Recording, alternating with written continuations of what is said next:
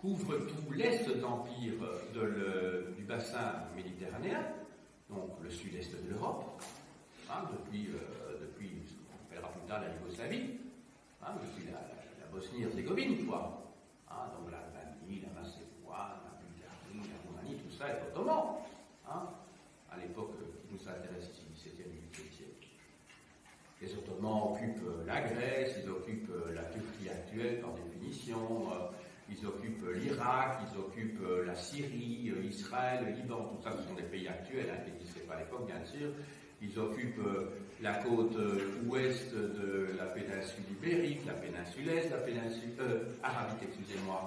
Ils occupent également l'Égypte, ils occupent la Libye, ils occupent la Tunisie, l'Algérie, mais ils n'occupent pas le Maroc. Donc, le Maroc a été le seul pays d'Afrique du Nord à n'avoir été jamais occupé par les Turcs. Quand vous étiez en Tunisie ou quand vous étiez en Algérie, c'est des pays qui n'existent pas à l'époque, vous avez bien compris, enfin les territoires, vous étiez dans des États vassaux de l'Empire ottoman. Vous aviez à Tunis un bey, B-E-Y, et vous aviez à Alger un dey, D-E-Y, un D, un B, un D.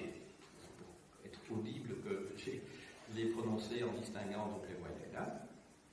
Voilà. Mais au Maroc, vous aviez un sultan, parce que le titre que se donnait le roi du Maroc, c'était celui de sultan, ce qui veut dire vraiment chef d'État.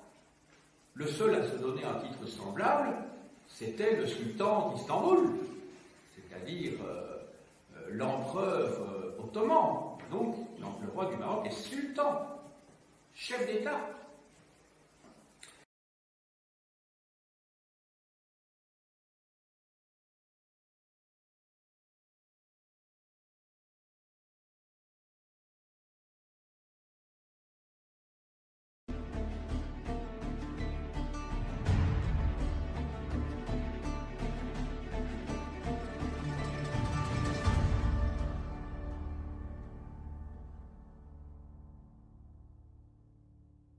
Erdogan, ça c'est une hypothèse de géopolitique que je formule et nous verrons si j'ai tort ou raison, mais je pense qu'Erdogan refait le coup des janissaires.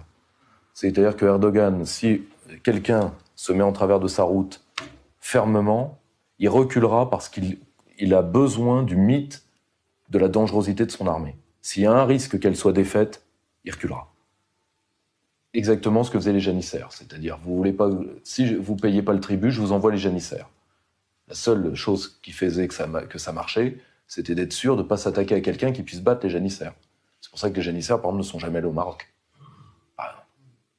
Vieil État-nation armé. Vous voyez ? Parce que quand on fait du racket, si quelqu'un casse le nez du racketteur, tout de suite, ça la fait moins, quoi. Voilà. Vous voyez c'est pour ça qu'il faut des petits nerveux, mais costauds, quoi. Pour faire du racket, il faut le Joe Pesci des affranchis. Il ne faut pas le Joe Pesci de la fin de Casino, quoi. Donc, à terminer...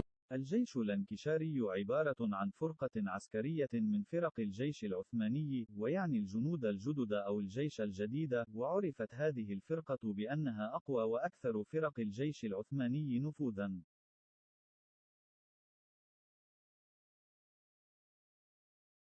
الجيش الانكشاري الجيش الذي لا يقهر إلا إذا اصطدم بجيش قوي بحجم الجيش المغربي، جيش دولة الأمة العريقة التي لا تقبل الخضوع للحكم الأجنبي، ولهذا السبب ظل المغرب البلد الوحيد المستقل عن الدولة العثمانية.